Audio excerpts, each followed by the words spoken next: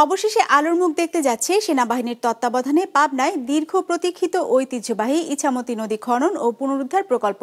প্রায় ১১০ কিলোমিটার দৈর্ঘ্যের এই প্রকল্পটি বাস্তবায়িত হলে প্রাণ ফিরে পাবে অসংখ্য খাল বিল সহ অনেক জলাশয়। সেচ ও পানি নিষ্কাশনে আসবে ইতিবাচক পরিবর্তন। প্রতিনিধি শহীদুল ইসলামকে সাথে নিয়ে উৎপল মির্জা রিপোর্ট। ২৫০টিরও বেশি ডিজাইন অপশন নিয়ে ওয়ালটন স্মার্ট ফ্রিজ, বোঝে আপনার প্রয়োজন।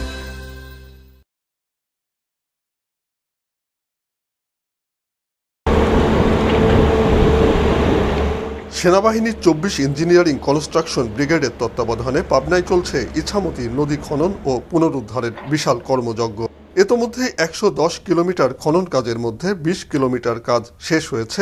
এখন প্রায় ১৪০টি ভেকু দিয়ে চলছে আরও ১০ কিলোমিটার অংশের নদী খনন। এ কাজ বাস্তবায়নকারী ঠিকাদারি প্রতিষ্ঠান জানান, এ প্রকল্পের আওতায় শুধু ইছামতি নয়, প্রাণ ফিরে পাবে দড়িভাওডাঙ্গা নদী, ভাড়ারা খাল, ৪টি লিঙ্ক ক্যানেল, মাতপুর ও বাঁশের বাঁধা কোল, যেগুলো বাস্তবায়িত হলে বদলে যাবে এ অঞ্চলের কৃষিচিত্র।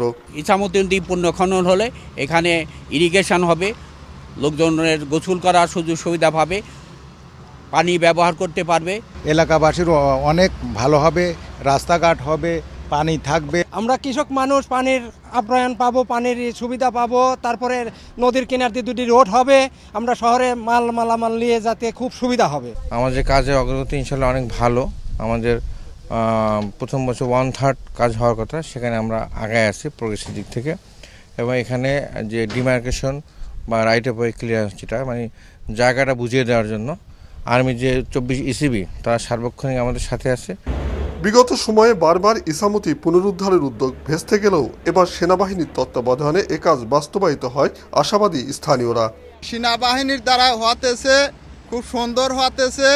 ধরেন যে সেনাবাহিনী ছাড়া এই নদী খনন হতো না। আসার কথা হচ্ছে বর্তমান পর্যায়ে সেনাবাহিনীর তত্ত্বাবধানে যে খনন কাজ চলছে, এটাতে আমরা আশাবাদী। ১৫৫৪ কোটি টাকার এ প্রকল্পের আওতায় শহরের মধ্যে 23টি ব্রিজ ভেঙে পুনর্নির্মাণ, 5 কিলোমিটার ওয়াকওয়ে সহ ড্রেন নির্মাণ এবং নদীর দুধারে সৌন্দর্য বর্ধন। এই প্রজেক্টের আওতায় আমাদের ১১০ কিলোমিটারের মতো নদী এবং খাল খননের সংস্থান রয়েছে, 23টি ব্রিজের নির্মাণের সংস্থান রয়েছে, একটি রেগুলেটর নির্মাণের সংস্থান রয়েছে। এছাড়া শহর এলাকায় আমাদের ড্রেন এবং ওয়াকওয়ের সংস্থান রয়েছে। জেলা প্রশাসক জানান, জেলা প্রশাসনও এ কাজে নিয়মিত মনিটরিং করছে। ইছামতি নদী খনন প্রকল্প কাজ আরও আগেই গত বছর থেকে শুরু হয়েছে। তো এ বিষয়ে আমি যোগদান করার পরে ইছামতি নদী খনন প্রকল্পে আমরা বিশেষ গুরুত্ব দিয়ে কাজ করছি। প্রতিটি সমন্বয় সভায় এ বিষয়ে কথা হয়।